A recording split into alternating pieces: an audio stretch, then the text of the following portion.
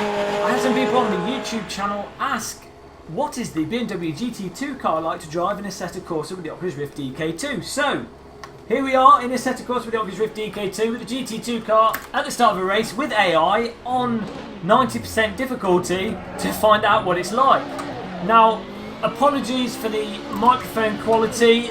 I've just got a new microphone, but unfortunately it didn't arrive with a boom or a pop guard, so as it is right now it's just resting on my windowsill, and as a result I sound as if I'm underwater in some kind of cave-like structure.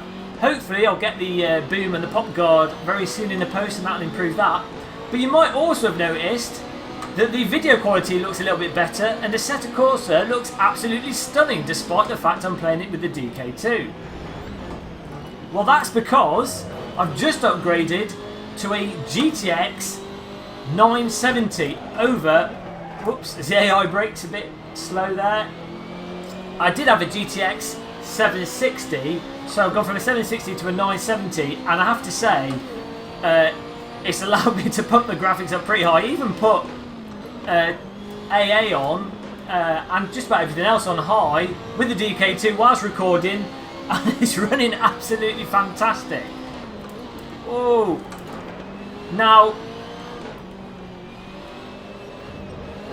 concentrate a little bit here.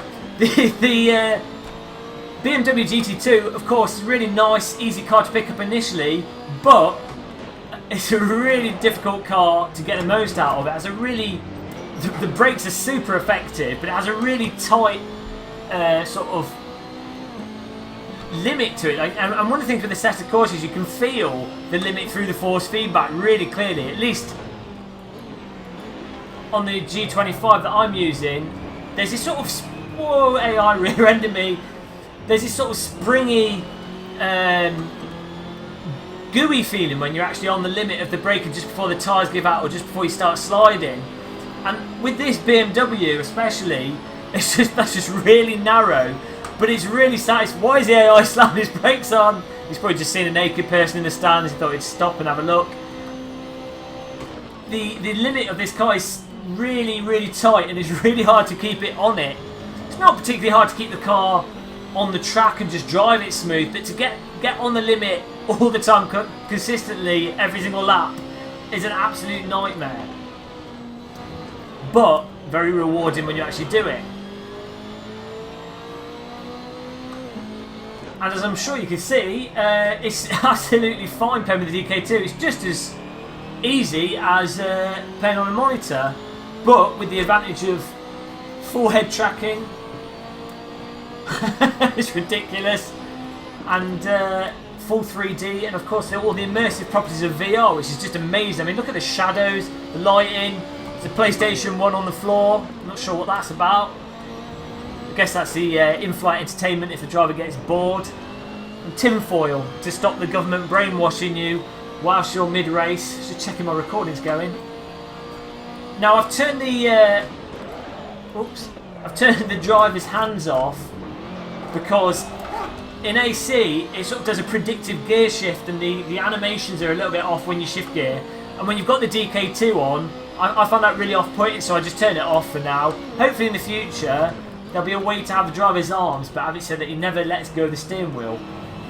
Because when you do turn the driver's arms off and drive, it's as if I'm some kind of Jedi Knight in a GT car using telekinesis to touch steering wheel, and I'm getting a very weird sensation of not having any hands, but I'm very much touching my G25, but my brain's perceiving it as if I'm touching the in-game steering wheel. It's just very strange. Ah! AI braking again ridiculously early. And that's one of the things with the AI in Assetto Corsa. I think it's still not perfect. They tend to back off quite a bit when you pass them, and then they brake too much for the short corners. But having said that, if you start at near the front of the grid and you're with the front 2 or 3 cars and you put the AI on 100%, then it can be really good fun driving them. Driving against them, rather. I'm not getting any stutter or anything. It's amazing that the 970 isn't the best card on the market. I'm running a Core i5 2500K, which isn't you know, it's a sort of 2-year-old CPU, maybe even 3 years old, and just 8 gigabytes of RAM, and that seems to be enough to almost max AC out on the DK2. Now by the time the CV1 comes out, which is 1440p, I'm sure probably going to have to overclock this graphics card or stick another one in or just buy a faster one. But for now, if you've got a mid-end system, you can't really go wrong with the 970. Whoa! That's a really strange feeling when you turn and then look around and I've got no hands. Because I feel like I'm holding something but I don't have any hands. Really weird. But for those of you that asked the question, what is the GT2 car like in AC with the DK2? Absolutely fantastic. That's the answer. And very spacious. I feel like I've got a football stadium in here. Put an entertainment system there, flat screen TV, plug it into the PlayStation, and you'd be good to go. Locking the brakes up. Miles off the pace. Whoops. But absolutely amazing. So definitely check out the GT2 cars with the DK2 if you've got one. Flopping all over the place like a wet fish now.